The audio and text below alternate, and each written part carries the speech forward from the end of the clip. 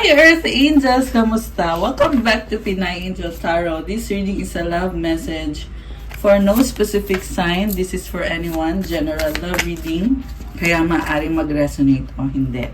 Pero pag nag-resonate, comment nyo para alam ko. Kamusta kayo guys? Part 2 po ito nung isang love message. Merong person dito na matigas ang ulo, stubborn. Yan ang sabi dito. Umaaligid at gustong bumalik sa buhay mo. Pero pinagpipilitan pa rin niya kung ano yung mga paniniwala niya. Kung ano yung paraan niya, parang gusto niya mangyari ay sumunod ka sa kanya. Or yung ikaw yung maghabol sa kanya. Or ikaw yung, kumbaga gusto niya i-manipulate yung situation ninyo. Oo, gusto ka niya, strong yung attraction sa'yo nitong taong to. Pero iniisip niya kasi na dahil sa attraction na ito, kaya kailangan niyang ayusin yung sarili niya or kailangan niyang bumalik sa'yo. And this is also someone na nahihirapan siyang i-heal yung sarili niya. Pero alam niya na kailangan niyang gawin yon at kailangan niyang ayusin yung relationship niyo or yung connection niyo. Influences, attachments, third parties, peers. Na-influensyahan siya ng mga tao sa paligid niya. Yung iba sa inyo may kadin na third party or karmic connection. So, at one point, niloko ka nitong taong to. Yung iba sa inyo, hanggang ngayon, niloloko pa rin kayo ng taong to.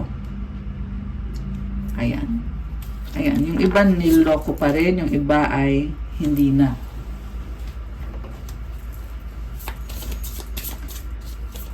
We have chemistry. Teka, tingnan natin to. Memories, reminiscing, dwelling, bittersweet. Naalala ka pa rin niya, namimiss ka niya. Alam mo ang intense, sobrang intense ngayon ng feelings itong taong to. Hidden desires, your deepest desires hold the seed of your potential. Longing, passion, fulfilled. Marami siyang gustong gawin sa sarili niyang buhay. Very passionate, very fiery. Baka may kadikang fire sign, Aries, Leo, Sagittarius. Malakas din ngayon ang earth sign, Capricorn, Taurus, Virgo, although this can be any sign.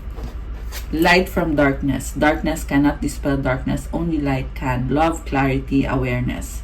Natatauhan siya ngayon eh. At kailangan kanya para magbigay ng liwanag sa kanya. Yung liwanag na yan ay good energy. Pwede din yan healing. Pwede din itong realization. You may be someone na tinuturuan mo siya kung paano dapat sa isang relationship. Kung paano siya dapat sa sarili niya, sa buhay niya. Kasi yun yung kailangan niya eh. Kasi merong darkness dito eh. At kailangan niya ng liwanag. Okay. Ayun nga lang, stubborn. It can denote perseverance but it also may hinder progress, flexibility, resolve, growth. So yun na nga. Alam na kasi niya eh. Alam niya yung worth mo, yung value mo. Alam niya yung nararamdaman niya sa'yo.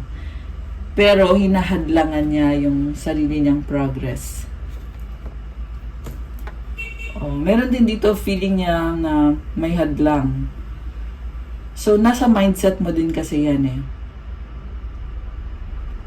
Parang kita mo merong portal dito. And I feel like it's saying na you're going the wrong way. Or the right way pero merong hadlang eh. Flexibility, resolve, growth. Mas pinipili niya na pagsabay-sabayin yung dalawang connection. Ayan. Merong infinity symbol. Feel niya kasi na kailangan niya makisama dun sa karmic connection para makuha niya kung ano yung gusto niya. Pera ba yan? Or this can be anything. Pwede niyan, meron siyang pagkakautang na binabayaran, kaya hindi siya makaalis dun sa connection na yon, sa sitwasyon o sa tao. Pero this is someone na ikaw yung gusto niya. Chemistry, attraction, spark, passion. Malakas yung chemistry sa inyo. Sa'yo lang niya naranasan yan. May spark siya eh. So, ibig sabihin, na-feel niya ngayon yung passion, yung kagustuhan na i-pursue yung connection ninyo. Sinasabi sa kanya ng intuition niya kung ano yung dapat niyang gawin. Heart song, telepathy, inner knowing. This is someone na pinag-aaralan niya, tinatry niyang alamin kung ano ba iniisip mo, ano bang gusto mo. Yung iba sa inyo mahilig sa music, nakikinig ng music, or nakaka-resonate sa mga kanta. Malakas din ang intuition nitong taong to. At ngayon, dahil sa ginagamit niya yung intuition niya, nagkakaroon siya ng kaliwanagan, ng clarity, realization, awareness, love. So, yung clarity na nararanasan nitong taong to ay connected sa love. Ayan love. At ito, heart. Naliliwanagan siya na ikaw yung mahal ko, hindi yung third party na yon. Ikaw yung gusto ko. Pero ngayon, tinatago niya yung totoong nararamdaman niya sa'yo. Kaya nga hidden desires. There's some sort of situation na pinoprotektahan ka niya, kaya tinatago niya yung nararamdaman niya sa'yo. Kung ano man yung situation na yon. Baka kasi binabribe siya, binubuli siya, minamanipulate siya. Possibilities. Free-spirited adventure risks. Okay, so yun niya nararamdaman yung freedom. Okay, I also see someone na he wants to keep you kasi nafe-feel niya yung happiness with you. At the same time, gusto din niya yung sarili niyang freedom kasi nga stubborn nga, matigas yung ulo. So, nakikita ko is hindi niya kaya ibigay yung 100% niya sa'yo kasi na-overwhelm siya sa klase ng connection na meron kayo. Kasi this is very different chemistry. Sobrang lakas ng chemistry. Marami din kasi pinagdaanan sa buhay tong taong to, kaya umiiwas. I see someone avoidant pero learning naman unti-unti. Lalo na, ay, shucks, ang daming nalaglag. Teka, kunin ko lang. Okay, dalawa lang naman pala. This isn't over, you haven't heard the last of me, we have unfinished business. So, ang nakita ko ngayon dito, hindi siya nakinig sa'yo dati. Naging stubborn nga kasi siya. Tigas ng ulo, no? So, uminit yung ulo mo sa taong yan. Kasi they're chasing opportunities behind your back. Nakakaloka. Kaya naman pala. Kasi yung nakita ko dito, sobrang nakokonsensya. At the reason kung bakit sinasabi niya hindi pa tapos to. Kasi nga, guilty siya. Kasi siya din yung nang iwan sa'yo. At ngayon, nakikita niya na mahal ka pala niya. Naliliwanagan siya tungkol sa'yo. Nakikilala ka niya ngayon, yung pagkatao mo, kung ano ka, kung sino ka. May inner knowing siya eh. So, yung mga guides niya, yung mga angels niya, nagsasabi sa kanya kung bakit siya nakakaramdam ng ganyan, ng chemistry na yan sa'yo. Dahil ikaw yung totoong mahal niya. Dahil you have pure love para sa taong to na naranasan niya sa'yo lang. Pinaranas mo sa kanya yung happiness. Pati na din yung intimacy na na-experience mo with this person, kakaiba. Okay? Kasi sabi niya, hindi pa tapos to. Unfinished business. Oh my gosh. Babalik pa ako. Yan yung sinasabi nitong taong to. Namimiss ka niya. I miss your voice, your laugh, your humor, your touch. I'm in my feelings today. Sobrang intense nang nafe-feel niya. Alam mo, pag iniisip ka niya, merong nagbubukas na portal. Ganon ka kahalaga, ganon ka ka-special sa kanya. Minamanifest ka ng taong to. And I'm hearing sexual energy. Yan yung way niya to manifest you back into his life. As in ngayon, sobrang mahal ka nitong taong to. Ramdam ko yung energy ng pagmamahal nitong taong to. Sobrang gaan. Sobrang gaan. Masarap sa pakiramdam. Sa totoo lang. Ganon kanya kamahal. I don't care what people think anymore. Ito, nasa bottom of the deck. I've been given bad advice. I'm listening to my intuition. I know you are the one. So, ito na nga, na-influence nga siya ng mga sinasabi ng ibang tao. Kaya ka din niya niloko kasi naniwala siya na walang pupuntahan yung relasyon nyo. Kaya siya nagkaroon ng attachment sa third parties at sa mga kaibigan niya kung saan nagpakasaya siya, binaliwala ka niya, inapakapakan ka lang niya. Ngayon na nagkakaroon na siya ng clarity, sinasabi niya na wala na siyang pakialam sa sasabihin ng mga taong yan. The same persons na yan, wala na siyang pakialam. Binigyan siya ng bad advice. Yung mga advice sa kanya ay mali. Ngayon lang niya nakikita na hindi iniisip ng mga taong to yung tunay na nakakabuti para sa kanya. Natrap siya sa darkness for a while. For some time. Ngayon, pakikinggan na niya yung kanyang intuition. Ay, ayan. Tumalon, di ba? Ito, intuition. I'm listening to my intuition. I know you are the one.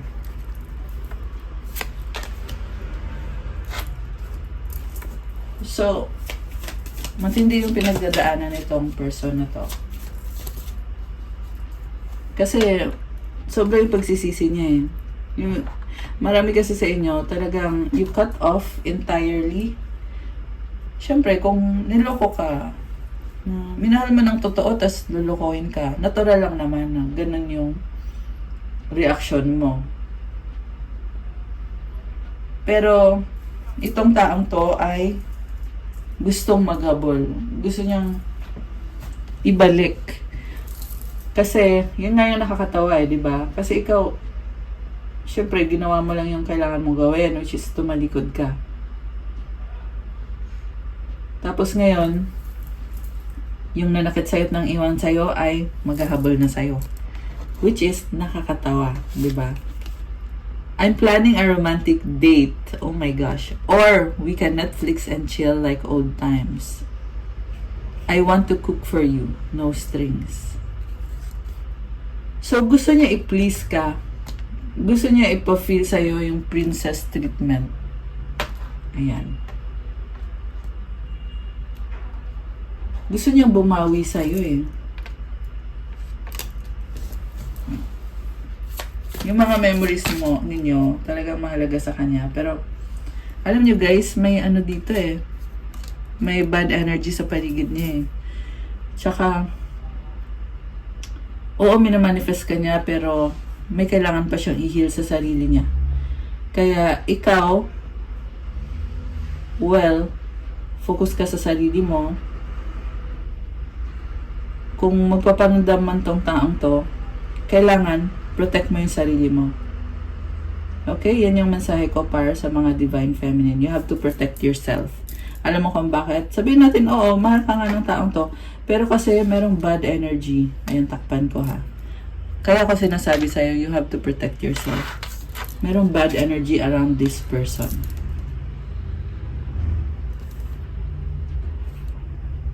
Ayan. Also, I see you on the process of healing na mukhang nagsara yung heart chakra mo dahil sa pananakit ng taong to. So, okay, tingnan natin yung next card. I love your swag. You are the whole package. Kasi ginudge ka ng taong to eh. Hindi niya akalain na iiwanan mo siya. So, parang tanga. Diba? Ayan.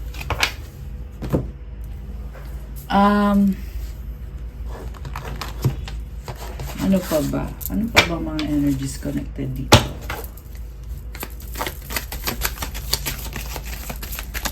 Daming cards na gusto mo lumabas sa totoo lang. Playfulness to recapture romance. Allow your inner youthful spirit of fun to shine. So this is someone na gusto niya i-enjoy yung relationship niyo kung anong meron kayo. Very soon, clearly decide what you want so that it comes to you now. Hindi siya makapag-decide. Nakakatawa. Okay. Express your love. Go ahead and make the romantic gesture.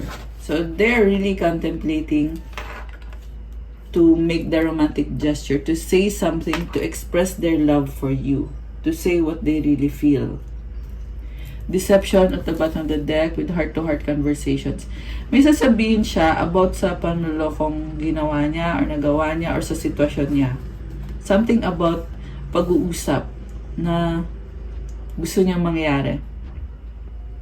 This could be the one you've already met, the romantic partner you seek. So, this person is realizing na ikaw yung choice niya. Sinasabi din kasi dito na talagang pinagpalit ka niya. Pero ngayon bumabaliktad. Ikaw yung choice niya ngayon. Ibig sabihin, wala na siyang nararamdaman dun sa other person na yon. Or, well, pinipili ka niya, yun lang yun.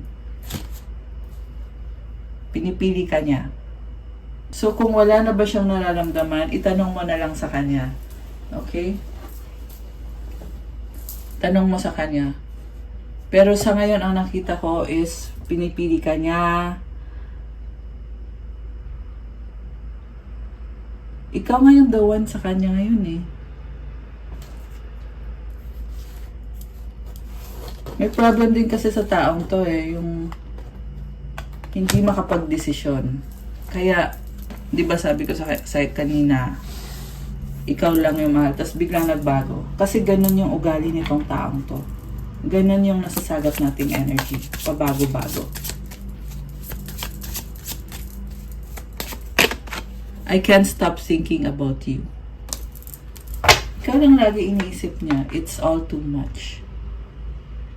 Grabe. I can't take it anymore. So, I'm seeing na soon magdedesisyon din tong taong to. Kasi sobra kanya iniisip. Gusto na din niya na matapos na to kasi ganyan na eh. Ang hirap na eh. Too much na para sa kanya eh.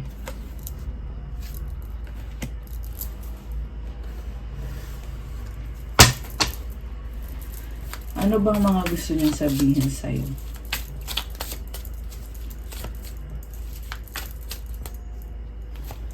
Marriage. Oh my gosh.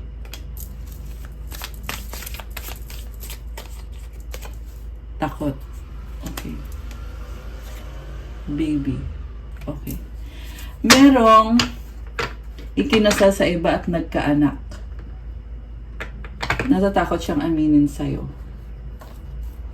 Walang pag-asa. Meron din dito na gusto niyang magpakasal sa'yo. Natatakot lang siyang sabihin. Baby yung tawagan niyo. Okay?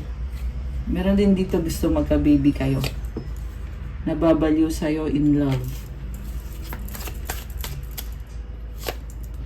Wrong time, not yet. The one that got away. Grabe. Nag-iisip. So, ito na nga, nababaliw sa'yo, in love sa'yo. Pero natatakot siya eh. Kaya naisip niya, no, wag mo na. But they really wanna reach out.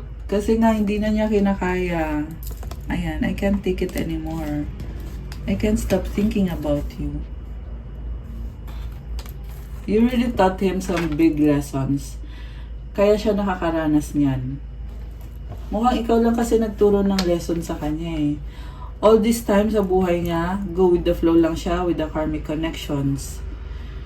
Pero nung nakilala ka niya, saka pa lang siya naturuan na, ay ganito pala dapat.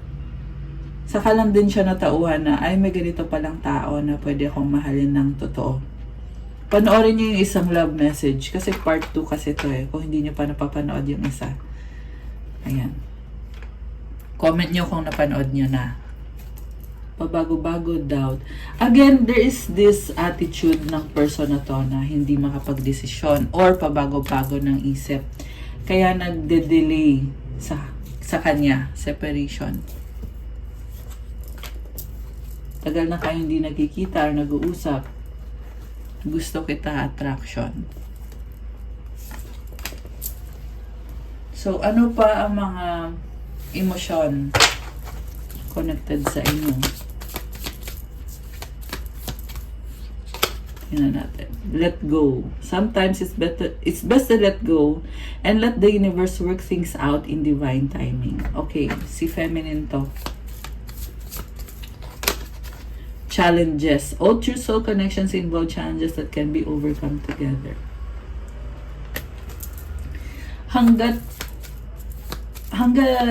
ganyan siya na pabago-bago lang desisyon, ikaw naman ay okay ka na, nag-let go ka na. In fact, bago na yung mga challenges mo, yung mga goal mo, yung iba sa inyo magta-travel. Iba na yung pinupurso mo ngayon. Nangyari na kasi itong separation. Feelings take time out to explore. Oh, you have a new person. So, congratulations sa may bagong person.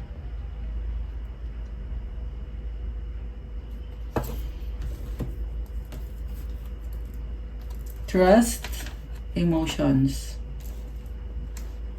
You need to have trust in a relationship in order for it to flourish. Look within your emotions. Okay, yung iba sa inyo, getting to know another person or dating. Kasi bago na yung mga energies connected sa'yo. Also, you learned na gusto mo sa isang relationship yung may trust sa simula pa lang.